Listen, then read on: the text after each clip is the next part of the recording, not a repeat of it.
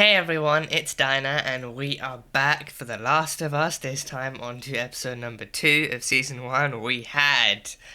To say we had an amazing premiere would be an understatement. I think even like viewership wise and response wise and everything, it was an absolute blast. I think pretty much like it was just so kind of overwhelmingly positively received and everything, and everyone who watched it, whether they've played the game or not, kind of had something good to say about it, and said that it was such a well constructed and well made kind of introduction, and it was so kind of like from beginning to end, it was just just everything they wanted and more. And even as an actual TV show pilot and everything, it works so well. So yeah, and needless to say, I loved it to bits and pieces, and everything from the casting to the kind of the acting to the directing to the choices they made for the adaptation itself, but also the choices they made to actually make it match the game and everything too worked out so well. And like the music and everything, just such a solid kind of starting point for the show, and it delivered on how promising it would look from the get go. So I have nothing but high hopes for the rest of this season and for the rest for the rest of this story that's about to take place and everything. So yeah, here we go for the remaining kind of 8 episodes now. So yeah, episode number 2. So I think for the first one, the opening of the first one alone, like the actual newsroom clip from 1968, kind of was easily, again, it's easily one of the most chilling and shocking kind of openings that they could have given the show. And well, I think looking back, I think we had something very very minimal for it. In the game, like I think in the game it was only in the actual kind of opening newsreel kind of intro that the game gave us with the actual theme song and everything, that kind of very briefly discussed what the Cordyceps was and how it spread and how it began and everything. But with this one, we actually got like an actual fully fleshed out kind of newsroom clip of an actual scientist describing Cordyceps and how it works and how it could get worse, and exactly what would need to happen for it to get to a point where it would actually impact humanity on a more devastating scale. And everything he said was pretty much the truth. Like he was actively speaking scientifically accurate kind of facts and everything. So that made it all the more scarier. So them opening up with that and then taking us into the near enough kind of present day into 2003 was just like the just wow, just yeah, it worked. So the remainder of the episode introduced us to Joel and Tommy, and then of course Sarah and everything.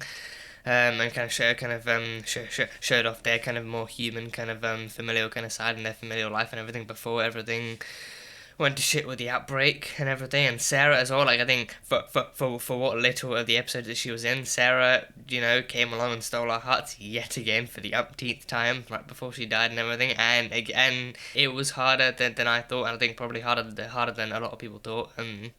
To have to deal with her death again, but they executed it in the show perfectly. And I think it being in the show too, they actually gave us a bit more of Sarah story wise and time wise, to actually kind of come to terms with and deal with before they actually killed her off and everything. So she worked out really really well.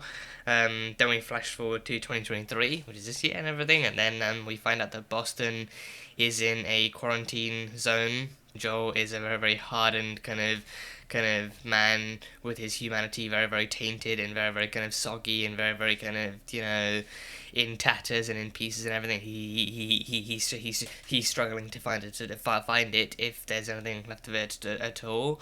And he's working with Tess, and they're both kind of smugglers, and they're both kind of trying to make ends meet in this kind of shit show of a world and everything.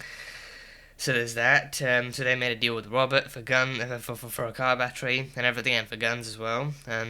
I can't remember exactly what the original plan was in the game that Joel had, but at least in this version of the story, he's actually looking for Tommy. Tommy is somewhere out in the world, and he's actually looking for him, and he hasn't actually responded in a few weeks. So then that's gotten Joel kind of more worried. So he actually wants the car battery to get the car and actually to go out and look for him and potentially even save him and everything too. Assuming he actually needs saving, and he's not already kind of with his new kind of outpost and his new people, and with Maria as well. So he wants that, but then Robert, being Robert, he took the car battery. He then spent the money, and then he was gonna sell it to Marlene anyway. So Yeah, he was just a little double-crossing little fuck. So then we met Marlene, and we already come to know that she's the leader of the Fireflies and everything, and she's actually made a deal with Robert for the car battery, so that she can get her people to take Ellie out west to the lab and everything, because Ellie's immune. So I do like that.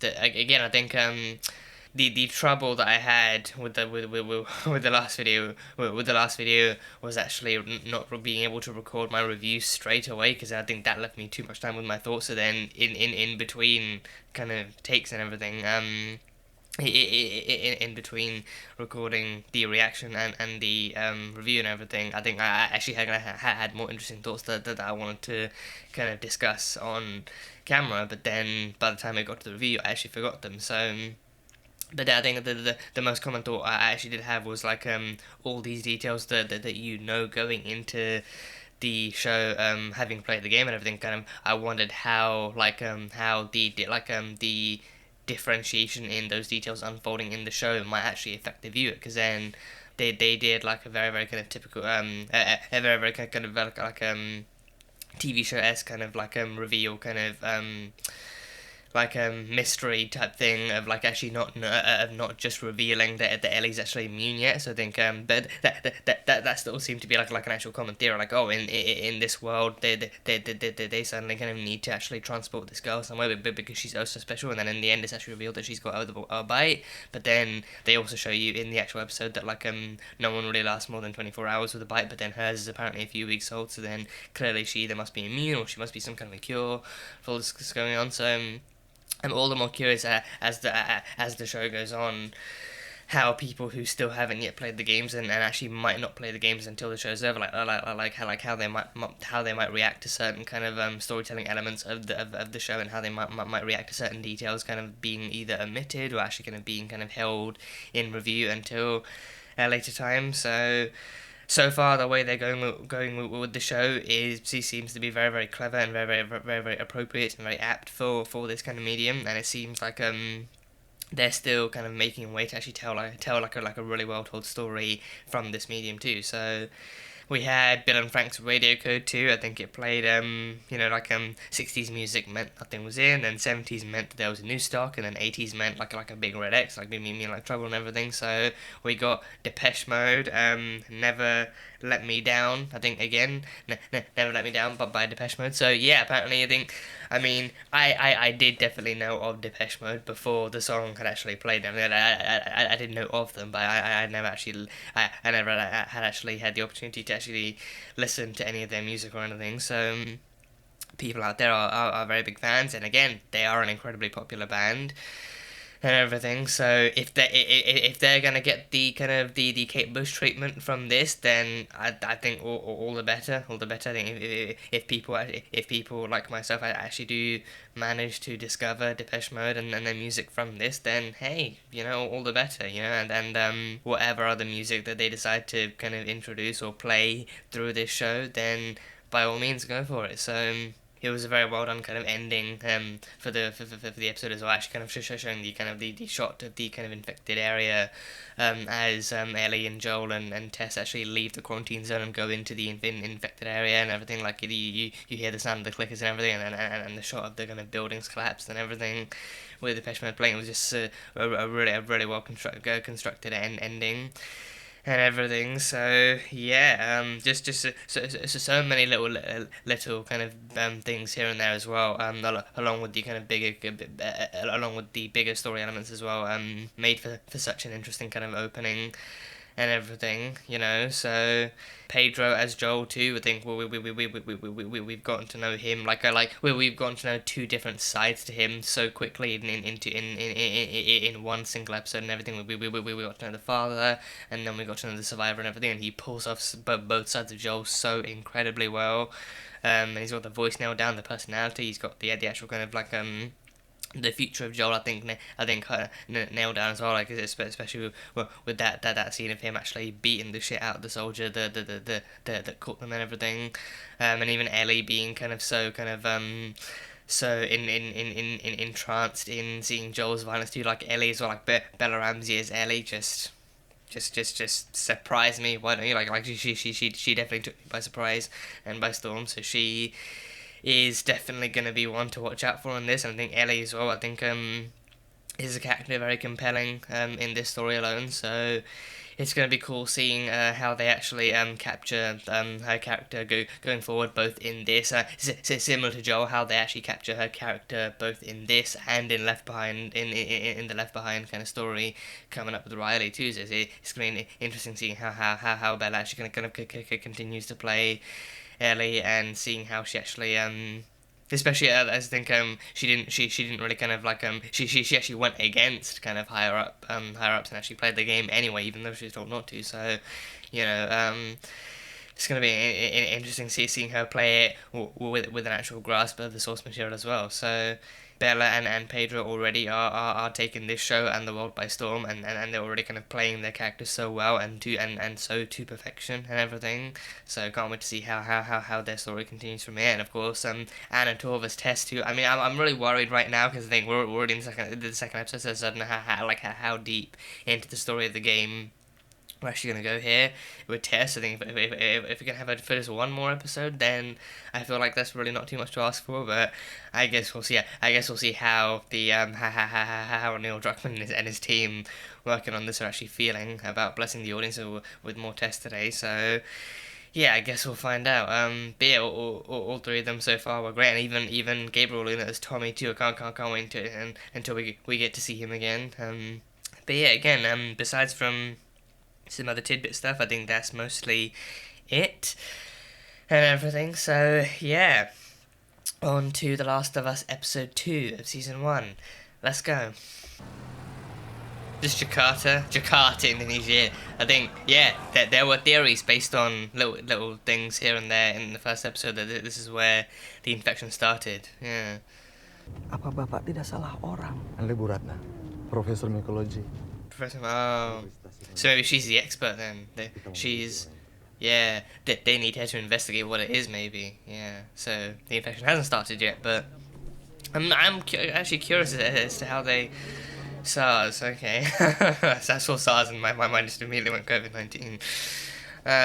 Yeah, so I think maybe then they've discovered this and they need someone to actually kind of be able to report on it, so it hasn't actually started yet. But I'm curious to see how the outbreak actually begins, like if it's like a lab release or someone just makes a little bit of a boo-boo or something, like a very, very fatal and world-ending boo-boo. Kami gunakan sebagai persiapan pengambilan sampel dari tubuh manusia. Someone's taken from a human. I mean, isn't Indonesia also like slightly more kind of hotter as well, as like an actual climate? Like the doctor in the last episode did say, like, if the world was to get hotter, then that means the cordyceps would evolve and start taking on human hosts. Oh, well, is that a bullet wound in the head? They had to shoot them in the head. Oh.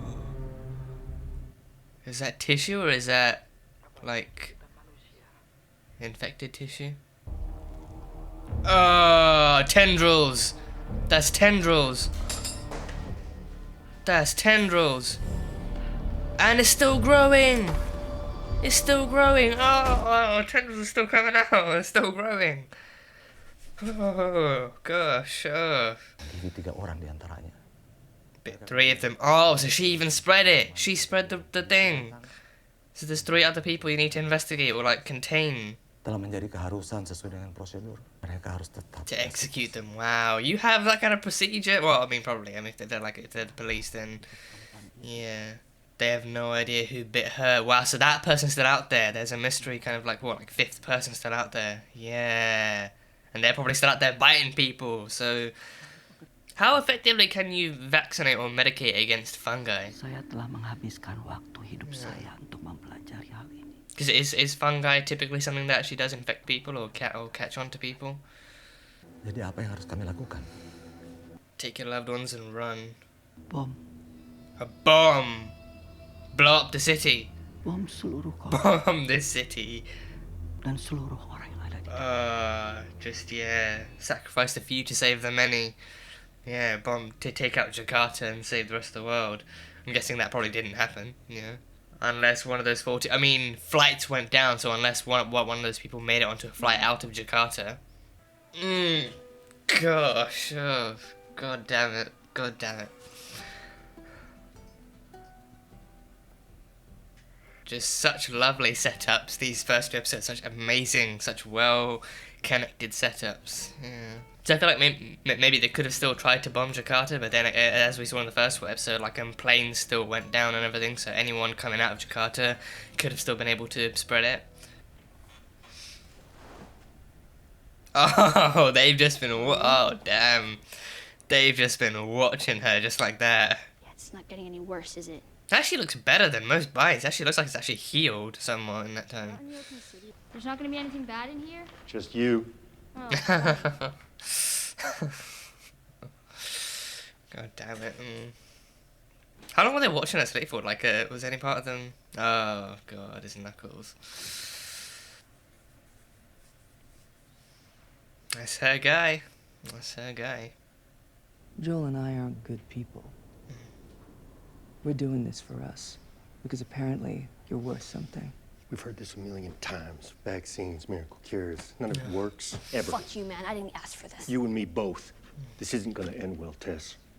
Well, they'd never dealt with immune people before, have they? I think this would be their first breakthrough. If she so much as twitches. Don't. Best not in front of him. Best not in front of him. Yeah. Okay.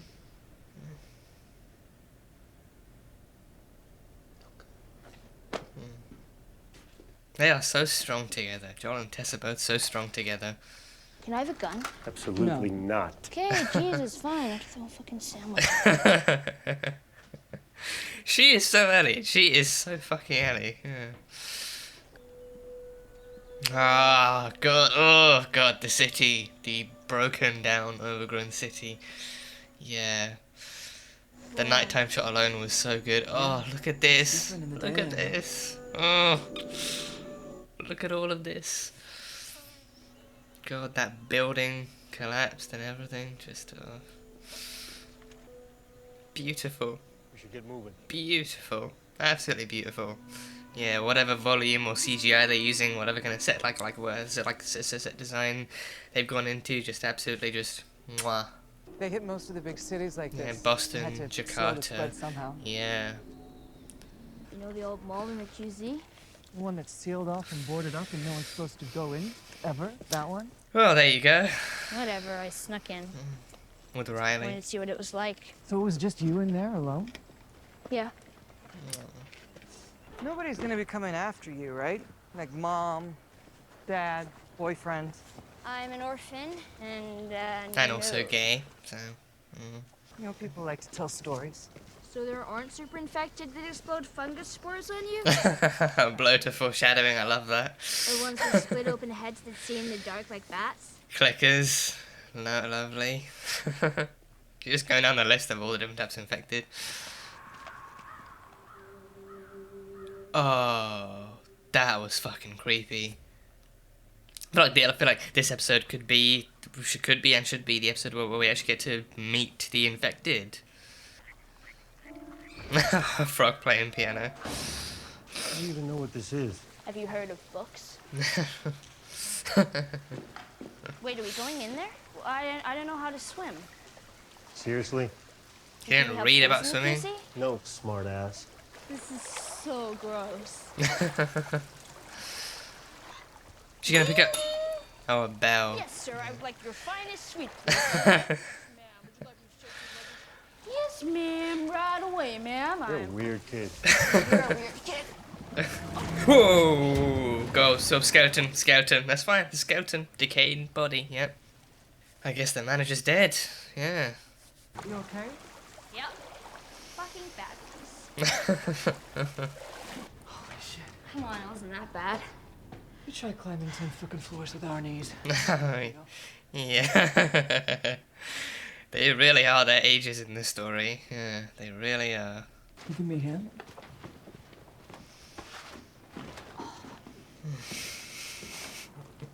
I love that even with Tess around, they're still managing to fit in the smallest of Joel and Ellie kind of foundations. Yeah. Where'd you learn to do that? The circus.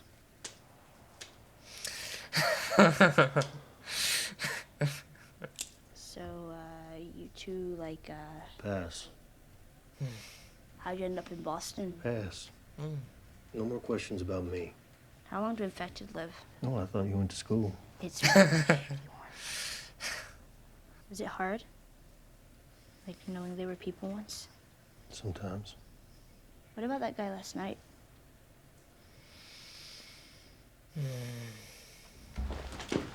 Put the gun down, Joe.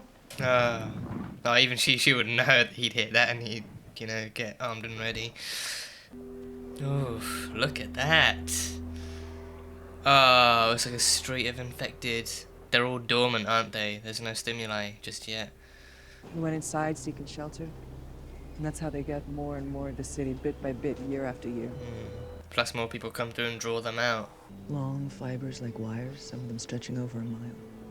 You step on a patch of cordyceps in one place, and you can wake a dozen infected from somewhere else. It's just like a hive Now they mind. know where you Yeah. are.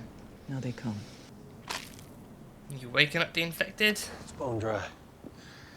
Could mean they're all finally dead in there. Oh, so it's inactive then. I have a spare hand. Congratulations. Still not giving her that gun. Well, you got that knife. You proved to them that you can put that knife to good use. Maybe they might consider it. Oh, shit. That's a fresh body. That's fresh. Maybe he was attacked outside.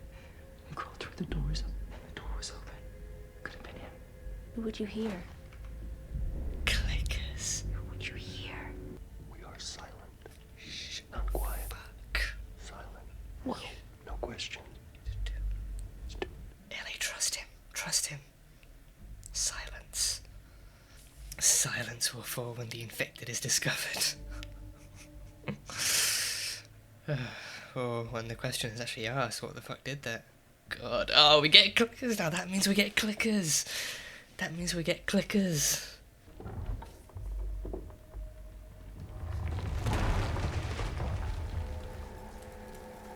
Thanks for nothing, building. You old piece of shit. Thanks for nothing.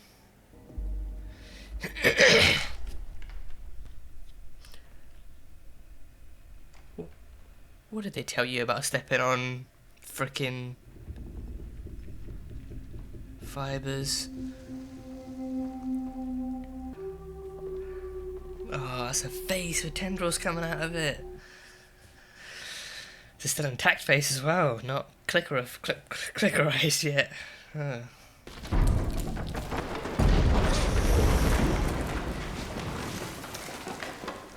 That was perfectly timed.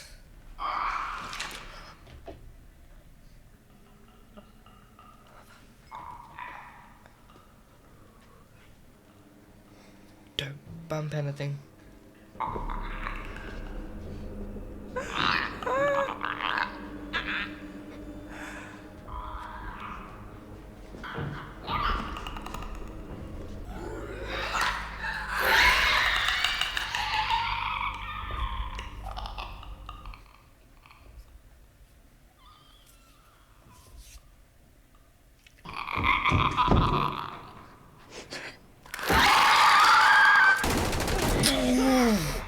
Oh shit.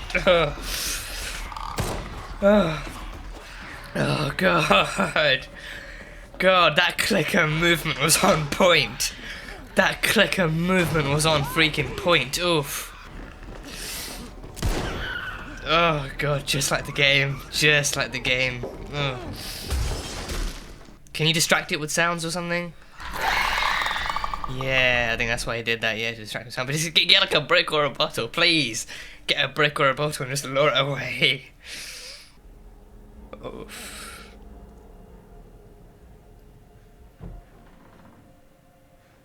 How close is it?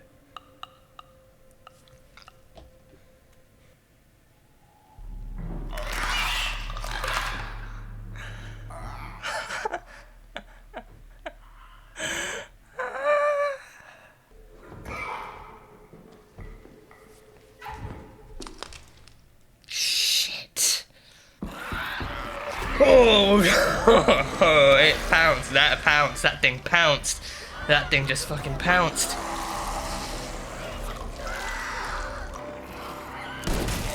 Oh, there we go. Yeah. Double tap. Triple tap. Yeah.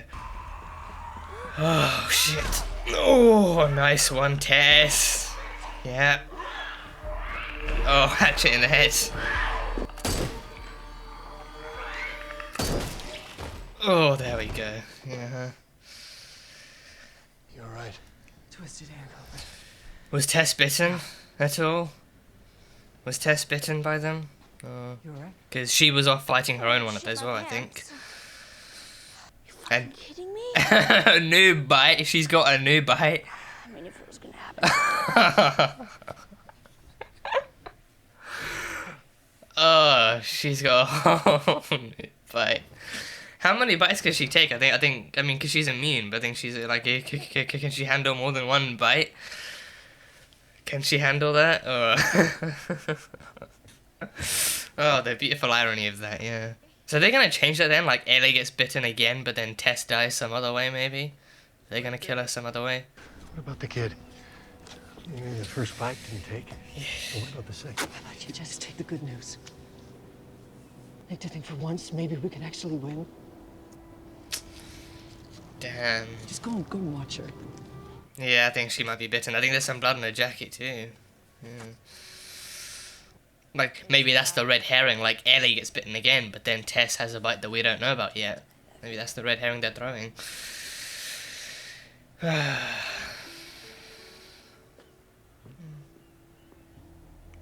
God, that is straight out of the game. That is straight out of the fucking game. So many of these shots. Dead. Dead. Oh, that is super dead. Come on. Tess! Just walking head first into whatever might be there. Are they all dead? One of them got bit. The healthy ones fought the sick ones. Everyone lost. Oh, jeez. I mean, one of them's got to have a map on them.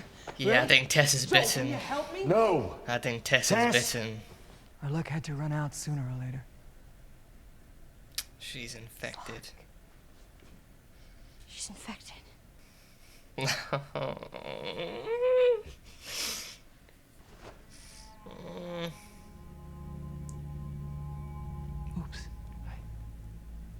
This is real. Josh is fucking real. 3 weeks. Oh, she's already I here. need you to get her to Bill and Frank's. I never ask you for anything, not to feel the way I felt, not to let you shut the fuck up because I don't have time. It's your chance. Get her there. And you said everything right. All the shit we did. Please say yes, Joel. Please. Oh.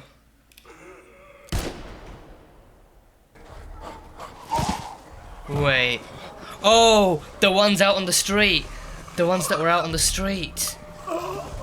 Yeah, oh, all of them. They're all coming.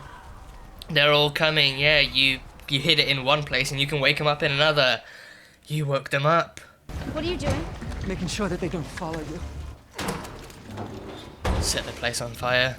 Or just burn the entrance. Oh, grenades. Yeah, that would work.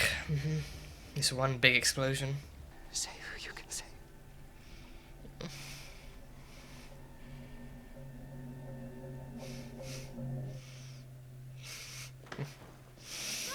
Get off me, you fucker!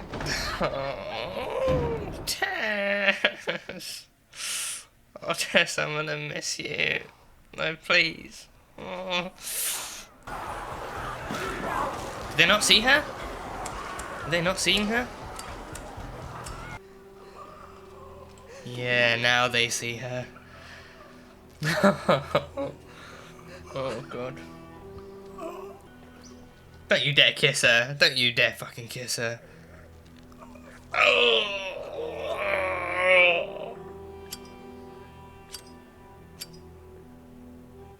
God, even Joel didn't get to kiss her. What the fuck do they think they're doing? Oh. Can't believe they let a fucking infected kiss her, but Joel gets nothing. Joel and Tess get nothing.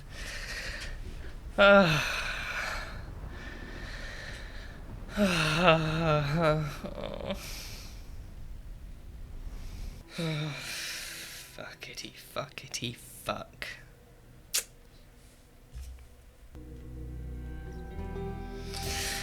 Oh, that's the end. That is the end.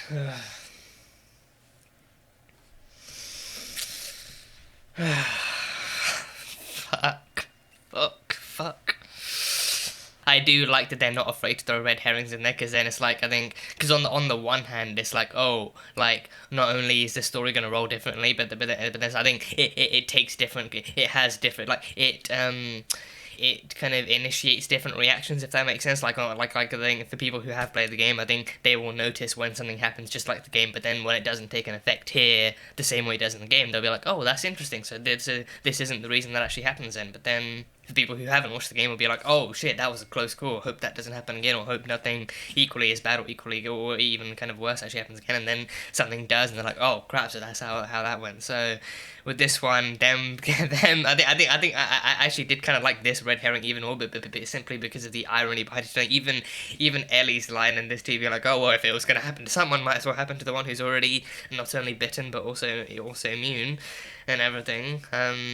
When I first saw the blood on Tess's jacket, I wondered if that would be addressed, and maybe if she might try and deflect it, being like, oh, it's like I just kind of pierced myself on some glass or hit something on my way out or something, but then they never even addressed they showed it, but then they never actually addressed it. But then I feel like that being where the blood is probably that's where she was bitten. So she still didn't tell them that she was immune in this one either, like just that she was important because she was actually the key for like some kind of like a lab out west or anything. So the word immune, that kind of I think the implication could have been there, the implication that she's immune or that she's somehow special because of her bite was definitely there, but then the actual word immune was never used or applied. So I think maybe it's like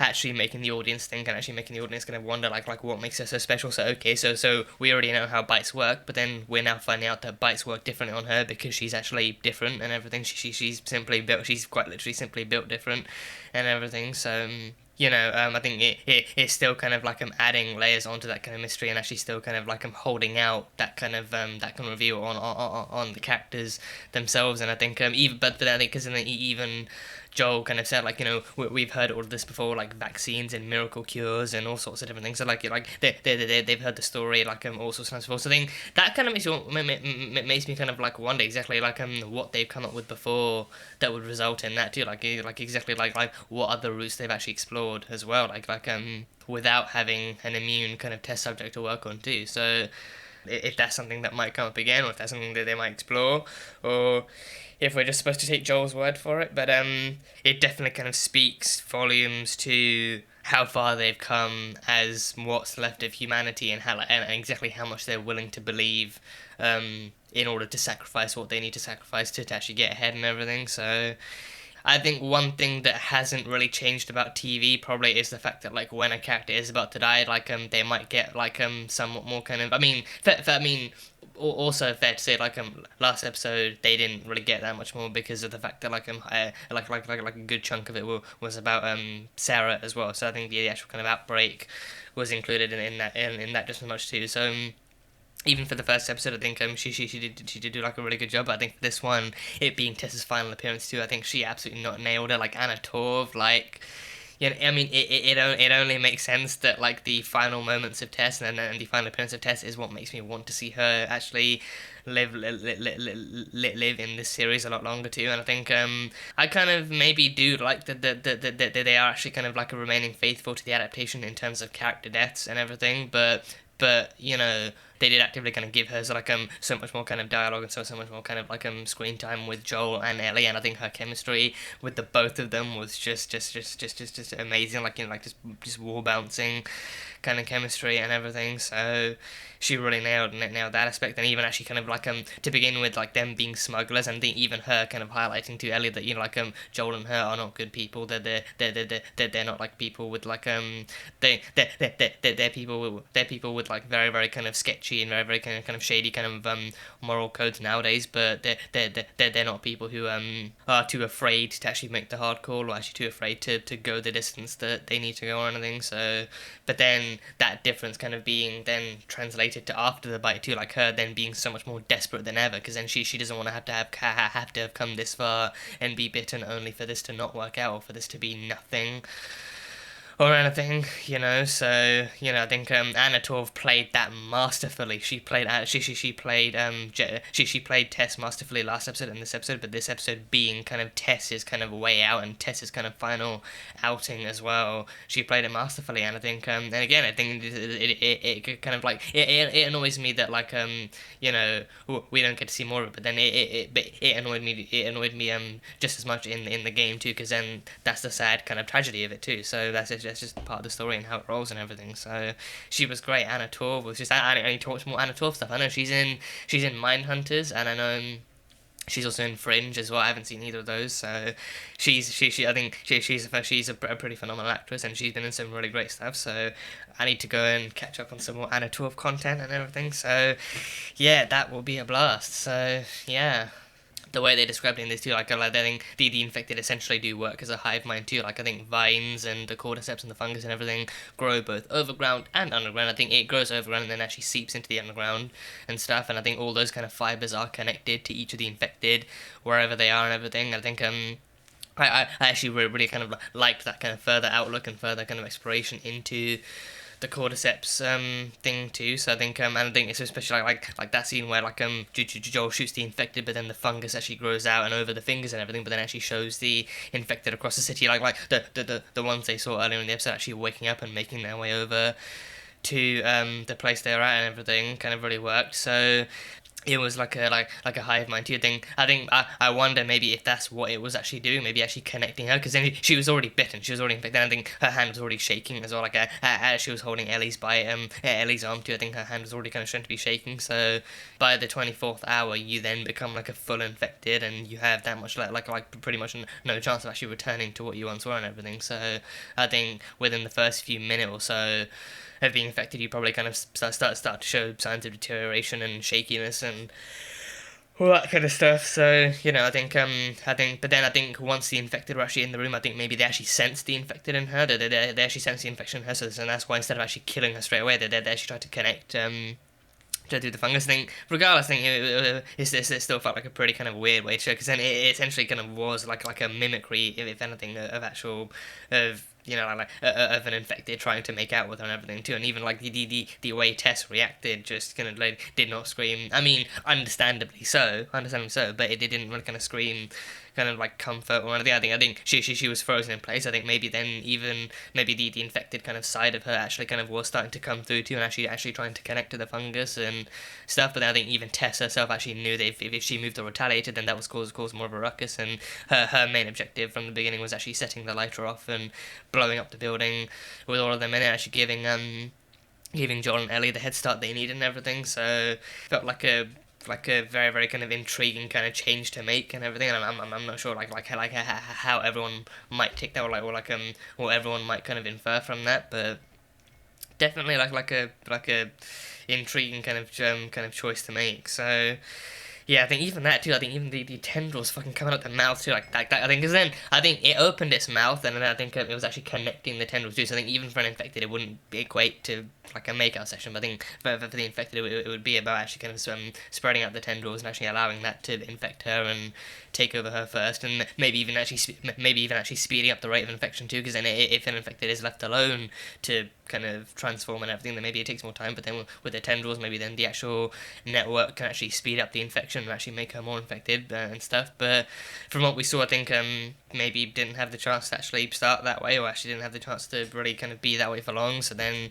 she actually managed to blow them all up before it actually happened. So one thing I think I forgot to point out in the last episode, in the last episode too, was I think I might have mentioned it. I don't know if I did mention it or not, but I think they confirmed that at least for this season, I think they said they were open to do it for season 2, but I think at least for this season, spores would not be explored and they would not be like a thing, because I think for the game it was cool to add and it actually kind of made sense. But then the more they thought about it for real life and for a live action adaptation, spores just didn't really kind of work and everything, and it wouldn't be as effective and it wouldn't be as realistic. So then tendrils are a thing, and then actually kind of opted to go that route instead. I have to say, tendrils are so much fucking creepier. I think that scene with Tess alone shows that tendrils are so creepy. But then even the way the tendrils look, the way the tendrils go, I think even the opening scene where the tendrils were going out of the woman's mouth and everything, I think the scientist actually took out a sample and got freaked out by it. But then even as she walked away, you still see the tendrils coming out and everything. So the tendrils kind of overgrowing, I think, and even the way the fungus actually works too, actually kind of growing out and overgrowing everything and connecting everything and all that kind of stuff. I think tendrils definitely seems like it would be more visually accurate to it too compared to spores, so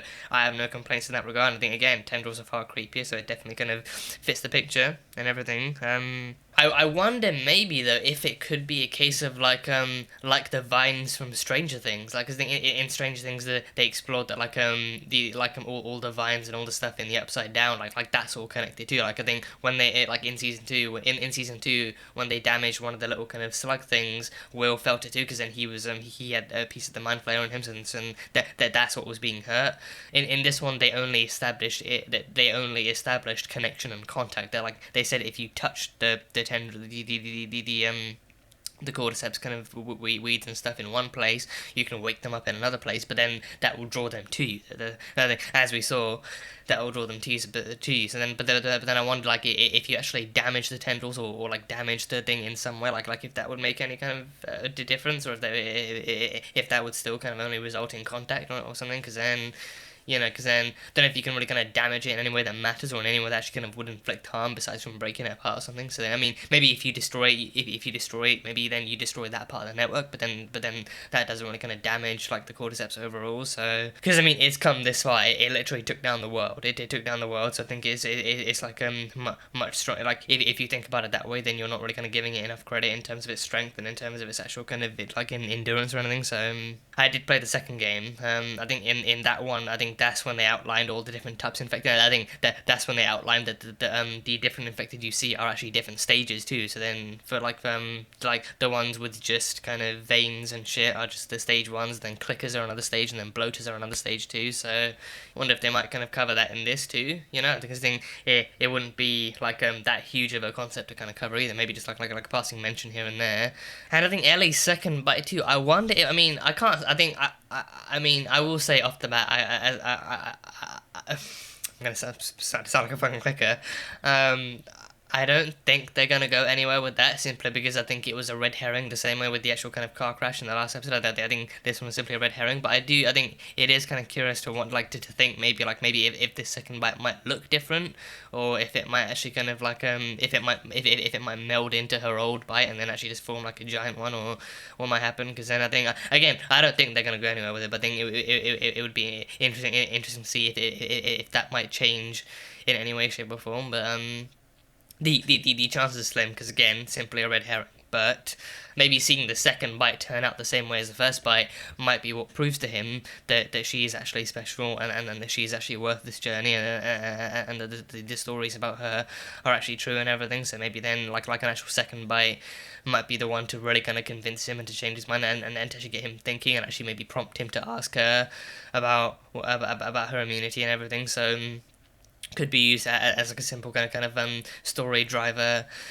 element in that way too. So I don't know, I guess we'll see. Bella Ramsey as Ellie, they are nailing it. They are fucking nailing it. Like, they just, like, they are so Ellie. They are so quintessentially, so strongly, so purely, so vividly Ellie. Like, it is just so much, I think. And I think the beauty of that is that I think they are playing so effectively a character that you fall in love with just as much as you fall in love with her in the game too. And I think that's one of the things right with the casting too, because I think the story alone is something that you can get sucked into and get absorbed into so easily as well, even if you haven't played the game. But I think part of the reason that this adaptation works that well too is the casting. The characters absolutely know who they're playing and what they're playing, and sure, they might even actually put their own spins onto it, either of their own accord, of their own understanding, or even as per requests of Neil and the directors and the producers and the writers and whatever. And everything, but then the way that these characters are played, I think, is just so organic and so human, and even with it being an adaptation, it's still so fresh and everything. I think like the humor in this, so I think like Ellie's jokes about this too, like, oh sure, I think if I don't get a gun, I'll just throw like a fucking chicken sandwich, or something like that. And then even that scene under the hotel as well, like when they were in the water, like her actually pretending to be a customer checking into the hotel and calling for the manager to do like that scene as well. I think that might have been in the first game. I'm not entirely sure. I think either the first game, or I think maybe I'm thinking about. Maybe in the first or second game when they're in the museum exploring dinosaur bones and stuff. I think Ellie kind of made jokes about dinosaurs there too. So I think Ellie is that kind of person. I think again like being someone. I mean, the character that comes to mind is Deke from Agents of S.H.I.E.L.D., like him having grown up in like an actual kind of functional and intact kind of Earth, like he doesn't know about Earth cultures. I think that's the character that comes to mind. But I think with Ellie, she is pretty much like a post Cordyceps kind of baby as well. Like she grew up in a world that was torn apart and ravaged by Cordyceps and everything, and she never got to know society as it was or people as they were. But then even then, she still like she still has I think for a 14-year-old kid too, I think she has almost the exact kind of personality you'd expect, like her still being kind of really kind of sneaky, cheeky and backchatty. But then even for her, I think everything she's gone through is highlighted through her personality too. Like she like part of her is so scared, and part of her is so kind of distrustful of the world and the people around her. Like she doesn't always know what's going to happen to her, and she doesn't know exactly where she's going to end up. But then she kind of hides that behind her own sass and her own humor. But then it's like, but then a lot of her own sass and her own humor is literally just her kind of reacting to the world around her, and even her trying to emulate what she wishes she could have actually been in, and everything too. Like that humor is so quintessentially Ellie, and Bella just absolutely nails it to the freaking cross and everything. So like that stuff is really fun to watch. I think I'm really excited to actually kind of see that kind of back and forth with Joel as well going forward too. I hope we have her collecting comics on the way too. I think her collecting comics was like a pretty big thing in the first and second game. I think in the second game she collected cards, but I think in the first game she collected comics and everything. And Joel actually picked up a couple of things for her too. So I think I'm hoping we get to see more of that kind of side of her in this story. I'm more than more excited to see her meet Bill. Like, her and Bill have just iconic sass in the first game. Her and Bill have iconic and unforgettable kind of sass in the first game. That's like that matches the both of them individually and equally too. So just seeing that in this season too is going to be so much fun and everything. So yeah, but I think Bella as Ellie, I think it might also be the difference in kind of like maybe their ages, but then also like the kind of character, the kinds of characters they're playing. Like I think with Pedro as Joel, you definitely see like so much of like an actual darkness in him now that like wasn't there as much before. But then you definitely see the actual hardship of humanity in him. With Joel, you see the hardship and the pain and the loss of humanity, like how much humanity itself has had to sacrifice and how much it's had to give up to get here, to get to this point, and how much he himself as like an actual kind of like a lone stander of humanity has had to lose to actually get here too. But then with Ellie, I think it's that kind of interesting parallel of like, you know, she's born into this world, and she's the life she's the life that people hope will continue to spread life and to give life through her immunity and the immunity that they want her to sacrifice as well. So it does remind me of like that message that Pedro gave to Bella towards the end of production on the series too, like him giving her a note that said, like, you know, how fortunate something this big and this groundbreaking should happen so early in your career, in your life, but then so late in mine too. So I think that alone kind of translates so well into this story as well. Like I think Joel kind of like still not really believing in much else besides from finding Tommy. Like he's come too far and actually spent too long in this world to believe in any kind of way of going back to what once was, or even actually fixing things, or actually spending any time in, you know, kind of like helping to invest in any kind of like miracle cure. But then Ellie is someone who kind of, you know, like has also kind of lost almost as much, and she's kind of like she's so young, and she's having to deal with all this kind of stuff, and she's got so much more ahead of her too, and everything. So I think that kind of parallels between the characters kind of translates so well as well. But then also like the way that each individual character kind of actually kind of plays off of their own kind of personality and their own backstory, and the way that impacts them going forward too, it just works so incredibly well. So you know, like the humor is there, the sincerity is there, the darkness is there, the gravity of each and every situation they're in is there, and it blends into the story. The story keeps pushing them into higher and higher stakes, but then it also gives them time to breathe, and it gives them time to actually let themselves live and to actually kind of talk to each other about themselves and stuff. And I think that a bit of that was here too, Joel, Joel and Ellie kind of inquiring about each other's past and everything, while Tess was looking for another way around and everything, you know. And even in that one too, like even that scene, both of them kind of like deflecting and sassing and everything, like it's all there. It's all really well, really there, and really well written and really well executed and everything. So I just love how like their chemistry is playing, how their relationship is already kind of building, is already building off of such a like a distant connection, but also based off of trauma, of losing Tess as well. So. And I think the way that Pedro is able to play Joel is really interesting too, because I haven't seen him in Narcos I haven't seen all of his projects. Like, let me put it that way. I haven't seen all his projects. I've seen him in Wonder Woman, seen him in Mandalorian, seen him in Kingsman and everything. I've seen him there. I think those are the places currently coming to mind right now. So I've seen him there. I think arguably those roles aren't too dark. I think Mandalorian might be the one where he's actually kind of slightly more kind of emotional and slightly more kind of emotionally kind of investment worthy and invested in everything. But I think with this one, this being the story as it is, having the background that does, and Joel being a character that comes with the weight that he does, I think Pedro is playing him in a way that not only fits, but I think also, like, so much more in this medium too. I think it actually kind of allows you to have a deeper look into Joel that the games actually might not give you as effectively or as thoroughly. You know, like with this one, you actually really kind of you're really kind of able to actually lean into Joel's character as someone with that kind of pain and actually having gone through what he does. I think Pedro as well, like him, the way he plays him too, like actually facially and like his eyes too, like even the like that scene alone with Tess actually realizing he has to leave her and everything, like that scene alone, like I feel like at this point I think it's kind of hard to tell if he's someone that just refuses to give in to his emotions, or maybe if he's actually done too much of it already and he's tired of it, and maybe if he's like, you know, maybe if he saved himself the pain of that. And I think especially that thing, that being the key with Tess's line of like, you know, like I didn't ever need you to actually feel the same way about me that I felt about you, like maybe then like that being like a kind of hint towards kind of Joel being kind of reluctant to actually kind of to kind of invest in yet another connection or yet another kind of relationship and everything. Like he lost Tommy and he's on his way out to find Tommy, but then he lost Tommy to the Fireflies and everything, and to the violence of the New World and everything, and he lost Sarah from the get go. So he's lost so much in his life already, and he lost his world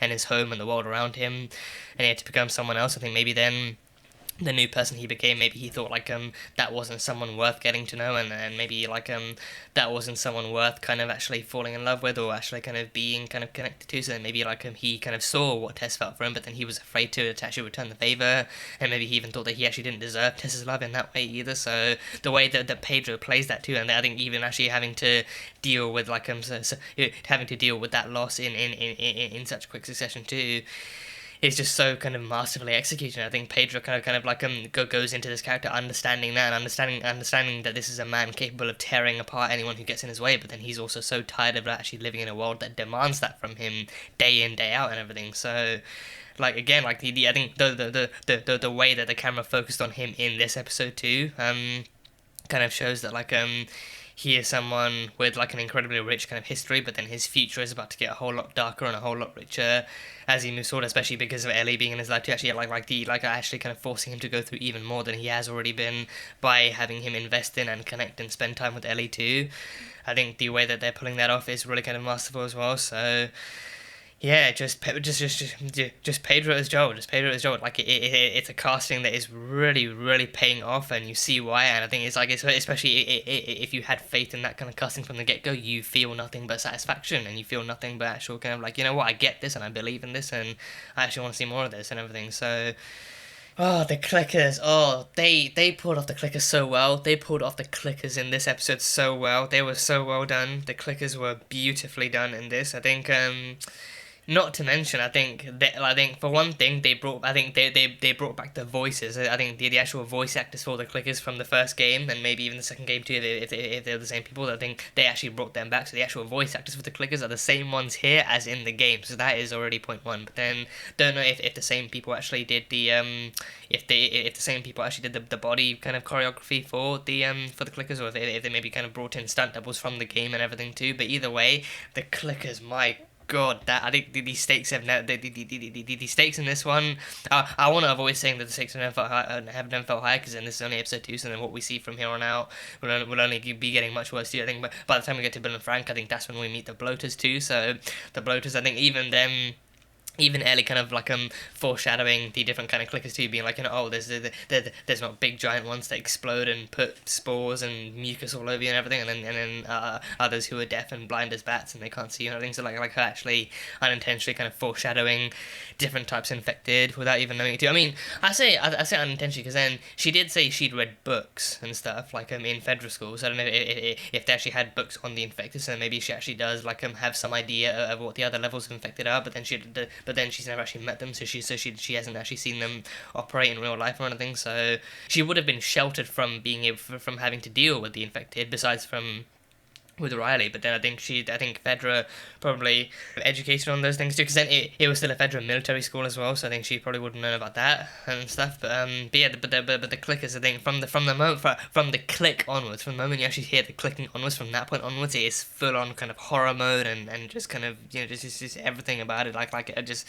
having to go radio silence, and then it's like even me just kind of laugh, like I think, because I think it made me think, right, Last of Us Part 3, whenever they make them and whenever they bring the clickers into that, might be a bit of an ask, but I feel like for Last of Us Part 3, for the clickers, like to actually really up the ante on that, they should add a thing where it's like if you use a mic, especially if you're streaming it or like if you're let's playing it, then make like your mic maybe should actually be like connected, so that way even if you're actually talking in real life, then the clickers actually get dragged to there too. I mean, it might be a bit too much, but still, I think that actually might really up the ante, because then I think there are actually some like cool indie horror games out there that actually kind of actually do integrate your mic into the game too. So then if you're actually talking in real life, then the enemy actually hears you. So I think if they actually kind of work that into the third game, then boy, those playthroughs are about to get a lot more interesting. But with this one, yeah, I think that with this one they nailed the necessity and the need for radio silence and for complete and utter pin-dropping silence if you want to survive. Because then if you pin drop, then you better hope that pin is dropping somewhere away from you, so then that way the clickers get there. But then everything about the clickers, the clicking, the design, the actual kind of head being split open and the things kind of growing out of there and everything, only the mouth being visible and all that kind of stuff. But then the actual movement too, the fact that they actually kind of lunge forward and, you know, like use their entire bodies, every kind of inch of their limbs to really kind of enunciate their kind of clickiness and their movement and everything. Like the way they run and they pounce and they lunge and everything about them is terrifying and bone chilling and everything. So the clickers in this one, they were absolutely just like so brilliantly well done too. And yeah, we had yet another terrifying opening. I think so far they're nailing. I don't know how much more they're gonna actually explore the Cordyceps kind of history and the Cordyceps kind of actually beginning to infect and take over humanity. But then last episode and this episode last episode we had an introduction to what the Cordyceps fungus is and what it does and how it affects people. But this time we actually got the Jakarta opening. So I think the radio also mentioned Jakarta, which I think someone said is actually home to the biggest kind of flour and grain factory in the world, and then we actually had that open. We had the Jakarta thing actually explored in this too. So in the opening kind of covered some people, I think so some people from the actual flour and grain factory in Jakarta being missing and infected too. So I think they said overall 14 people were missing. 14 people were missing. They were missing. So whether or not, chances are that they were probably all infected in some way, and then they just kind of ditched work, or they left, or just went missing in general. So Ibu Ratna, the professor of mycology and everything, I thought it might be like, oh, she's infected. I think maybe she was reported to be infected, and then they were there to catch her or something. But no, she was actually a science officer who they believed could help them understand what this was, and maybe even actually give them the answer that they were looking for and everything. But then she kind of I think her kind of understanding of what Cordyceps is too kind of actually led her to the solution that she offered, which was actually bombing Jakarta, bomb the city and everyone in it. And then even as we saw in the feature too, as Tess explained to Ellie, like even Boston was bombed too. So I think every major city in the world they actually bombed to prevent the spread of infection. And some places it worked, but then other places it actually didn't. So because I think also kind of like I think it shows that the 14 people who went missing who were potentially infected also kind of got too far and actually managed to escape the city before it actually got infected and everything, so it didn't work. And we even saw the planes, the actual airline planes coming down in the first episode. In the first episode that showed that maybe some of them made it out of Jakarta or maybe actually infected other countries, and then those countries had people coming in who were infected and shit went crazy and everything. So it does make sense that like Jakarta probably kind of allow like be the right place for it to happen, but then also like that kind of be like that being like a very, very suitable place for it to kind of spread quickly, industrially speaking. Was also really nicely kind of touched upon and everything. So I think to see that little tidbit from episode 1 being explored further was really interesting. I don't feel like fungi is actually typically something you can really kind of cure or actually kind of tackle medically speaking. I think it doesn't really kind of feel like it doesn't feel like anything that like humanity is prepared for in like an actual contagious sense. So like I think that one, I don't know, maybe if it's like they're not prepared for it because they don't know how to do it. Maybe if there actually is no way to actually kind of like to combat like an actual fungal infection medically or anything, because like fungi are far more natural than like most kind of viruses or anything like that. So like that just being a case of like this is the one part of Mother Nature you simply cannot beat. Like it's not designed to be beaten. It's designed to adapt and to overcome and to improvise and all that kind of stuff. So it's literally like you can only like the only real cure is to eliminate what's already infected. You can't cure what's already infected, so you take them out and you hope to save the rest, and then you go from there. But then as we saw in some places that did work as a cure, and in other places it didn't. So that kind of exploration was definitely really, really interesting to see. So the last one kind of started off and actually kind of focused a bit more on what's left of humanity and what's left of the people and what's left of the kind of society that they've managed to kind of maintain and uphold in the light of like kind of like world-ending kind of devastation and everything. So with this one, not exactly half and half, but just like more sided towards the infected than it is towards the actual kind of world, because this one actually felt like it had like a simultaneous kind of like balance, yet kind of like a positive imbalance, if that makes sense, between exploring the infected and the world around them too. Like I think again, like the actual landscape shots too, the buildings being collapsed and the skyline and everything. Even Ellie's line be like that is one hell of a view. Like even like that being taken directly from the game, but then it matching the landscape that she sees and everything.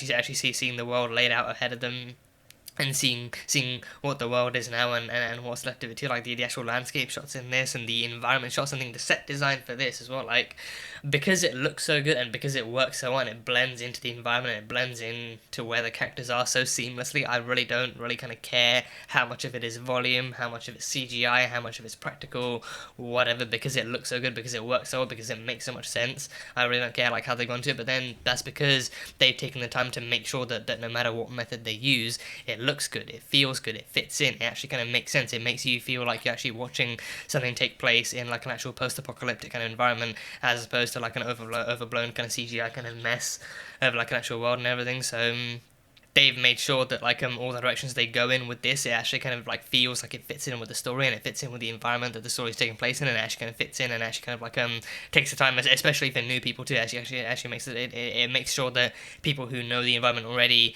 feel familiar with it, but then people who aren't familiar with the environment and don't know about it yet actually kind of are introduced to something so mind-boggling and so beautiful, yet so kind of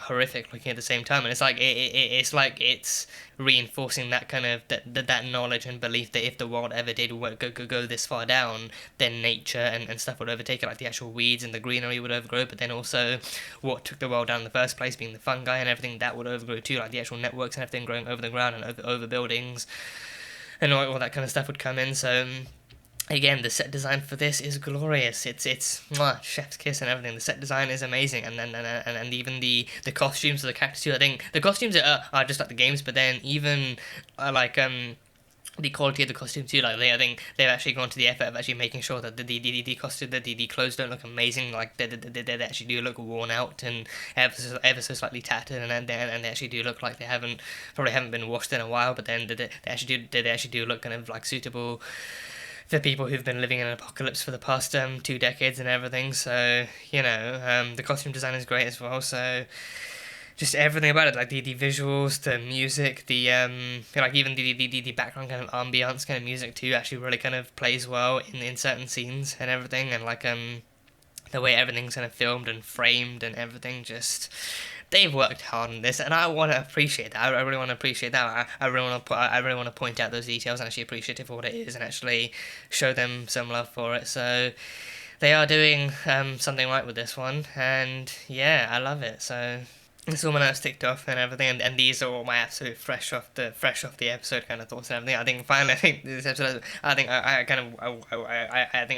woke up on time enough to actually watch this and be able to film my review for it in the same space. So I think if I do have anything else, then you'll probably kind of see that as well. But for now, that is it. I think this episode, I think, despite it being shorter, it still felt kind of pretty adequately packed. It still felt pretty adequately packed and adequately paced, and everything they covered in this was just really well covered and really well done and everything. So I can't wait to see how this progresses from here and stuff. I think saying goodbye to Tess again wasn't the easiest thing, but now we move forward with just Joel and Ellie, and I think again, like even just like the game, like them two being forced to cooperate and being forced to work together and actually being forced to be with each other for as many hours as they are is actually going to be the catalyst for them actually. Like Tess's death is kind of is tragically the catalyst that they need to actually have Joel and Ellie kind of become the dynamic duo that they do become. So. It's going to be interesting to see that kind of unfold in the season, and actually going to get seeing Bill and Frank soon in the future too.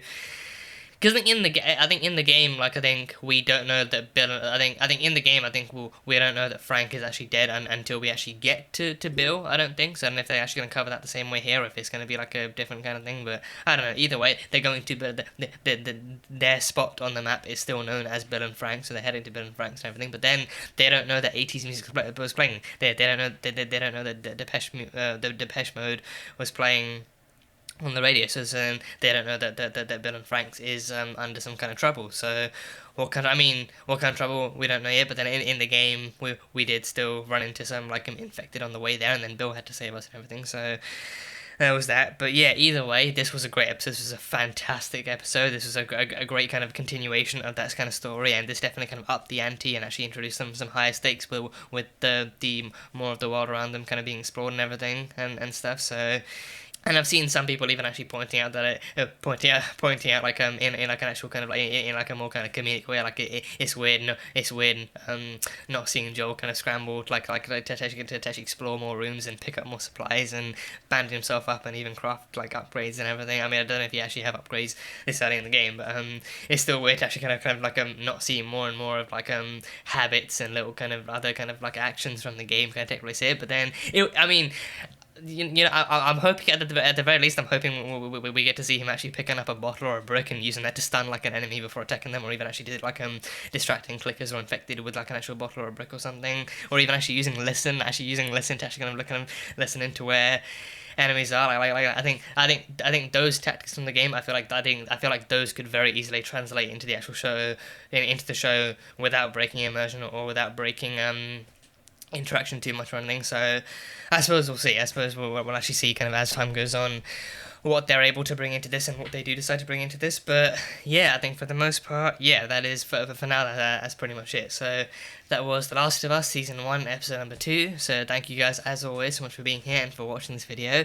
If you guys enjoyed it, then feel free to leave a like and comment on what you thought of the episode and how you felt about this section of the story and how you felt about Tess's death, and if you kind of like how you think Tess's death compares to this versus in the game and everything, and which one you preferred and which take you preferred and everything, and what you thought about the clickers and all that kind of stuff, and what you're looking forward to going forward and everything. And for those interested, the full-length reaction will be available over on Patreon, so you can go check that out over there. And yeah, that is pretty much it. So until the next time, bye bye for now.